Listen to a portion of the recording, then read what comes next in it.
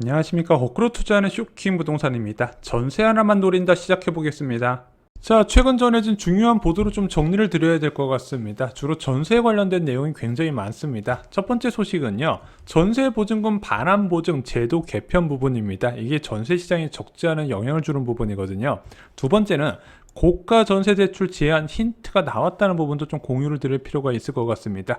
부동산 시장에 굉장히 크게 충격을 줄 수 있는 요소인데 어느 정도 시장에 충격을 줄 것인가 금융위원장 입에서 힌트가 나왔다는 부분이죠. 세 번째는 벌써 시작된 전세 대출 제한 부분입니다. 마지막으로는 종부세 폭탄 논란, 이 네 가지를 오늘 좀 쉽게 정리를 드리겠습니다.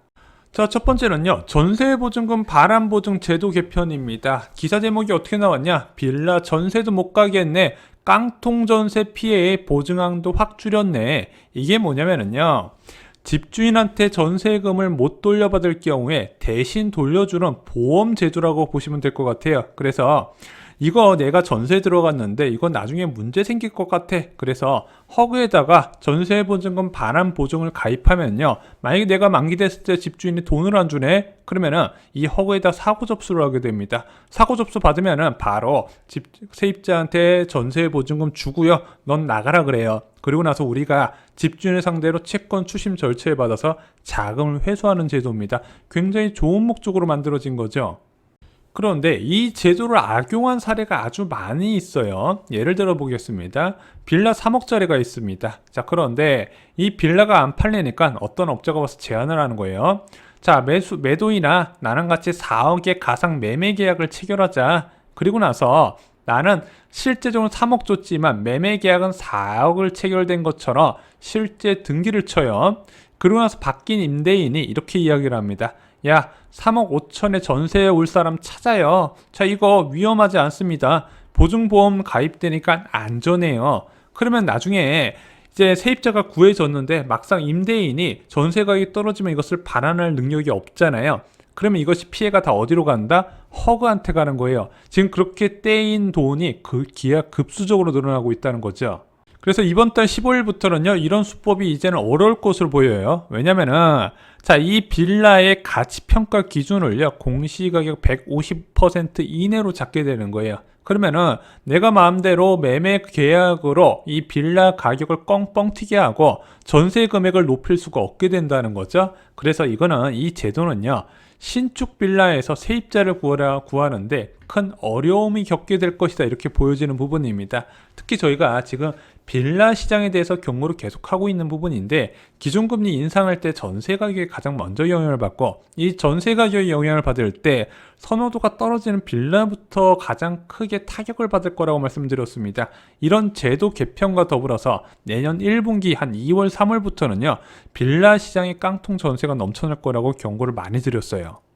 자, 두 번째 내용 보겠습니다. 이것도 전세와 관련된 내용이에요. 고가 전세 대출 규제 힌트 나왔다는 부분입니다. 자, 여러분들 아시다시피 은행에다가 전세 대출을 신청하면은 은행이 이 세입자를 믿고 돈을 빌려준 게 아니라 보증기관에서 보증서를 발급해주면 그 보증서를 보고 대출해준다 말씀을 드렸어요. 그래서 세 개 기관에서 이 보증서를 내주는데, 서울보증보험 같은 경우는요, 대출 대상이 제한이 없습니다. 공적 보증 같은 경우는 수도권 내 5억 이하 주택만 전세 계약만 체결했을 게만 대출을 해줘요. 자, 그런데 서울보증보험은 10억짜리 전세든 15억짜리 전세든 상관없이 최대 5억까지 전세자금 대출을 해줬다는 부분이죠. 그래서 이것을 막는다는 이야기가 지난주에 이야기가 나왔던 거예요. 자, 그러면은 이 전세 계약 한도를 어느 정도로 정할까? 이게 굉장히 궁금하잖아요. 자, 먼저 주택담보대출 금지선이라고 하는 15억 초과 주택으로 선정을 할까? 야, 15억 너무 많잖아. 매매도 아니고 전세니까 12억 초과라고 할까? 아니야. 정부가 원래 고가던 주택을 분류할 때는 9억 초과 주택을 분류해. 그럼 9억 초과 전세부터 막지 않을까? 자, 그런데 9억 초과 주택에 지금 9억 초과 전세 계약에 대출해준 금액이 지금 1조 원 정도가 된다고 하네요. 그러면은 어느 수준에서 막을 건지가 굉장히 궁금했다는 거죠. 왜? 서울보증보험에서 정하는 만큼 그 가격 이상은 아예 전세자금 대출이 안 되고, 지금 솔직히 제 개인적인 판단으로 한 80에서 90%는 전세자금 대출을 포함해서 전셋집을 구하는 사람이다 보니까 수요가 뚝 떨어진다는 거죠. 그럼 갭투자 입장에서는 굉장히 위험한 상황이 펼쳐질 수 있다는 겁니다. 자, 그런데 주말 사이에 금융위원장이 대략 힌트를 줬어요. 어떻게 이야기를 했다? 고가 전세자금 대출 정책 검토 기준 5억, 9억보다 높을 것이라고 언론에 답변을 한 거예요. 자, 왜 9억보다 높을 것이냐? 최근 9억이 넘는 전세가 상당히 많아졌다. 왜냐면은 경기도나 서울 지역에 인기 많은 주거 지역 같은 경우는요, 국민평수 기준으로 9억 넘는 경우가 굉장히 흔해졌거든요. 특히 공인중개업소에서 9억 넘어야 복비를 더 많이 책정되다 보니까 좀 이런 성향도 좀 많이 있습니다. 자, 그래서 이렇게 9억 넘는 전세가 많은 상황에서 일률적으로 제한해버리면 실수자한테 피해를 볼 수 있지 않겠냐? 대통령도 경고를 한 부분이잖아요. 그래서 초고액 전세에 대한 지적은 서울 보증이 중심이 돼서 검토해 나갈 것이다. 그러면은 9억은 일단 아니고요. 초고액 전세에 대해서만 어느 정도 발표가 날 것이다 예상은 할 수 있는 부분이잖아요. 그래서 이 초고액이란 이름에 시장에서는 15억 원을 예상을 하는 것 같습니다. 그래서 15억 초과하는 전세주택에 대해서 보증을 제한한다. 지금 이렇게 받아들이고 있는 것 같은데, 자, 그러면은 15억 초과하는 전세주택이 그렇게 흔한가? 그렇게 많지는 않거든요. 보면은 서초구하고 강남구 정도? 이 정도에 많이 집중이 돼 있거든요. 그래서 한번 봤어요. 지난 9월과 10월에 서울에서 거래된 36,600건 중에 전세 계약 중에서 보증금 15억 이상인 경우는 2% 303건밖에 안 된다. 그래서 15억은 대상이 너무 적은 것 같아요. 그러면은 이 대상이 너무 적은 거 대출 제한해봤자 솔직히 가계부채 안정에 별로 도움도 안 될 것 같고, 그러면은 과연 이 초고가 전세 기준이라는 게 15억이 맞는지 아직까지 좀 더 기다려 봐야 될 것 같습니다. 12억 가능성도 어느 정도 있어 보여요. 자, 세 번째 내용 살펴보겠습니다. 벌써 시작된 전세 대출 규제, 이것도 전세와 관련된 내용이에요. 그래서 오늘 제목이 전세를 잡아라입니다. 이게 거의 부동산 시장에 뼈를 때리는 전략이다 이렇게 보시면 될 것 같아요. 자, 왜 전세대출 제한이 뼈를 때리는 전략이냐? 이 전세자금 대출 5억까지 해주는 게 전세 금액을 크게 올렸다는 평가를 많이 받고 있습니다. 제가 봐도 이 부분은 어느 정도 일리가 있다고 봐요. 저금리 상황에서 5억 정도 대출 빌리는 거 그렇게 부담을 안 느끼는 사람들이 늘어났고, 너도 나도 사적 보증을 통해서 5억 받아다가 6억, 7억, 8억짜리 신축 전세 찾다 보니까 전세 가격이 껑충 뛰어 올랐다는 부분이죠. 자, 그래서 금융위원회가 10월 26일 날 가계부채 관리 방안을 발표하고, 여기에 전세대출 분할 상환 유도라는 예상했던 것 중에서 가장 약한 전세 대책을 발표했습니다. 그리고 이것을 시행을 내년 1월 1일부터 할 줄 알았거든요. 자, 그런데 어찌됐든 각 은행에서는요, 분할 상환 상품을 마련하긴 했습니다. 자, 그래서 기사를 볼게요. 전세대출 분할 상환 확대, 서민 빚 부담 눈덩이 이렇게 이야기를 해요. 원금 상환인데 너무 부정적으로 쓰는 언론들이 꽤 많이 있네요. 언론들은 많은 대출을 퍼주면서 계속해서 서민들이 많은 대출을 갚기를 원하는 것 같습니다. 자, 어찌됐든 기사를 좀 볼게요. 5대 주요 시중은행 중에 KB국민, 우리, NH농협은행이 최소 전세대출의 5% 이상을 분할 상환하는 상품을 출시했다고 밝혔습니다. 그리고 신한과 하나은행은요, 최소 기준은 없대요. 5% 이상 아니어도 부분 분할 상환이 가능한 상품을 출시했다고 합니다. 자, 그런데 금융위원회에서는 지금 5% 이상을 상환해야 인센티브를 준다고 알려져 있어요. 그런데 논란이 된 것은 이겁니다. 자, 국민은행이 신규 전세대출을 모두 분할 상환을 해야 된다고 정했다고 해요. 그래서 내년부터 적용될 거란 예상과 다르게 선제적으로 전세대출 분할 상환을 필수 조건으로 내걸었다고 합니다. 자, 그러다 보니까 금리 인상과 더불어서 고가 전세 수요 감소 요인이 되고 있어요. 그래서 지금 전세 세입자 구하기 힘들다는 얘기가 고가 아파트 중심으로 꽤 나오고 있거든요. 왜냐면은 지금 만기되는 사람들의 지금 그전 전세 대출 금리가 1% 후반이에요. 근데 지금 3% 중반, 거의 2배 가까이 오르다 보니까 많은 대출을 받기가 지금 부담스러운 상황인데, 여기에 분할 상환까지 얘기가 나온다면 이건 달라요. 그래서 전세 수요의 급감과 이어지는 부분입니다. 그래서 만약에 이럴 때 완공 물량이 늘어나잖아요. 그러면은 내 전세로 살다가 내 집으로 이사 가요. 그럼 다음 세입자를 구하기가 힘들어진다는 겁니다. 그래서 이미 KB 연구소에서는요, 전세 대출의 집값 상승 요인이라고 콕 집었어요. 그래서 저는 전세가 하락해야 집값이 하락하는 구조라 여러 차례 말씀을 드렸습니다. 그래서 지금 전세와 관련된 소식들이 계속해서 나오고 있는데 이게 전세 수요를 늘린다기보다는 고가 전세 수요를 줄이는 대책들이 계속 나오고 있다는 부분이죠.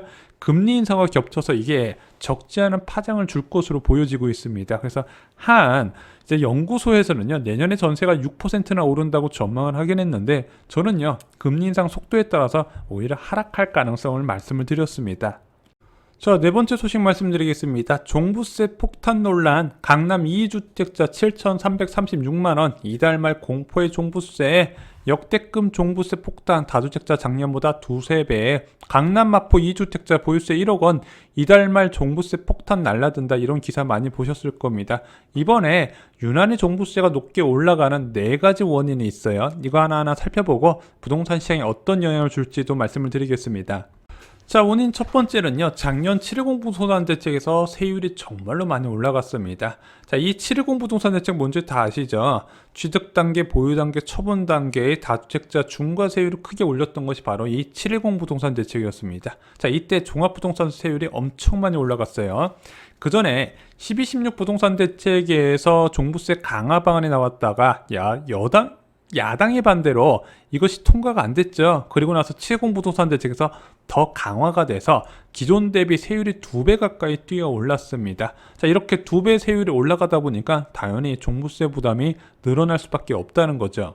자, 원인 두 번째는요, 공시가격 현실화입니다. 여러분들 아시다시피 김영미 국토부 장관이 마지막으로 이제 준비했던 것이 바로 이 공시가격 현실화 방안, 시세와 공시가격이 한 30에서 40% 차이 나는 게 문제가 있고 부동산 시장에 자금 유입을 시킨다는 지적에 공시가격을 시세의 90%까지 맞추는 단계적인 맞춤 방안, 현실화 방안을 마련해 놓고 갔거든요. 자, 그래서 시세가 가만히 있어도 전년 대비 3%포인트 정도 공시가격 반영률이 올라가게 됩니다. 그래서 이제 작년에 예를 들어 10억짜리 아파트 공시가격이 7억 정도 나왔다면 시세가 10억 동일한다 하더라도 10억 3천만 원으로 공시가격이 책정되네. 당연히 보유세는 공시가격 기준으로 부과가 되다 보니까 그러면은 공시가격이 올라가기 때문에 세금이 더 나올 수도 있겠다. 세율도 올랐고 공시가격도 올랐다는 거죠.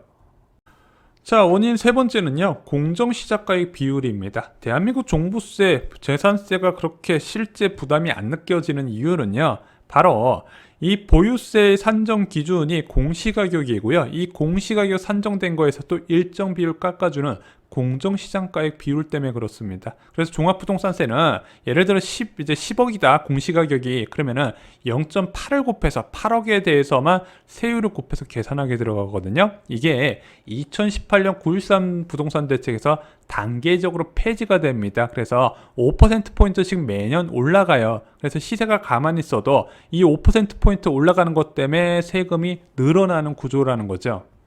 자, 네 번째는요, 2020년에 시세가 어마어마하게 올라갔습니다. 그래서 당연히 시세도 반영이 됐다는 거예요. 그래서 이 네 가지 요소가 복합적으로 작용해서 세부담을 높이는 결과, 그래서 두세 배 부담이 는다는 게 실제 다주택자 입장에서는 체감이 될 수 있다는 부분입니다.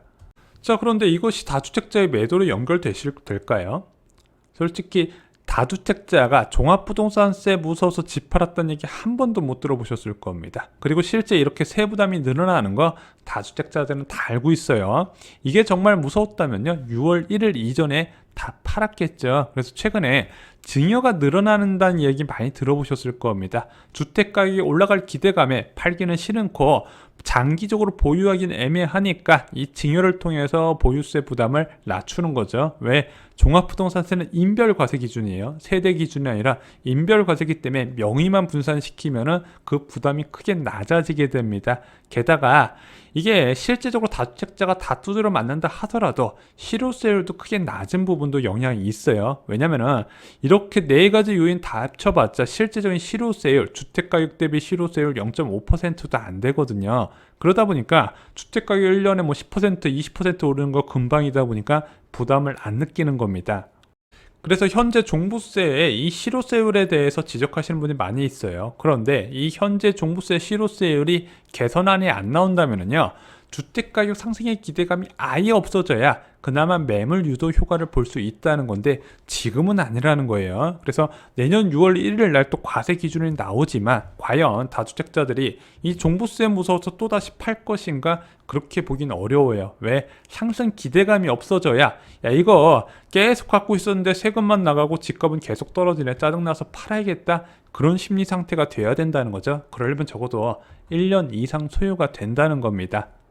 자, 오늘 4가지 소식을 전해드렸습니다. 일단은 주택 보유자, 매도자 입장에선 좋은 소식은 하나도 없었어요. 특히 전세 시세에 영향을 줄 만한 정책들이 계속 발표되고 있다는 건 여러분들이 주의를 하셔야 됩니다. 문제는 10년 전과 동일하게 지속적으로 금리가 인상이 되고 있는 시기, 그래서 10년 전에도 대세 부동산 하락기를 불렀었는데 지금은 그때보다 훨씬 더 위험한 상황이라고 강조를 드렸죠. 저희 쇼킹부동산원 아파트 교과서를 참고하시면 도움이 되실 겁니다. 이상으로 영상 마치겠습니다. 좋아요, 구독, 공유 꼭 부탁드립니다. 감사합니다.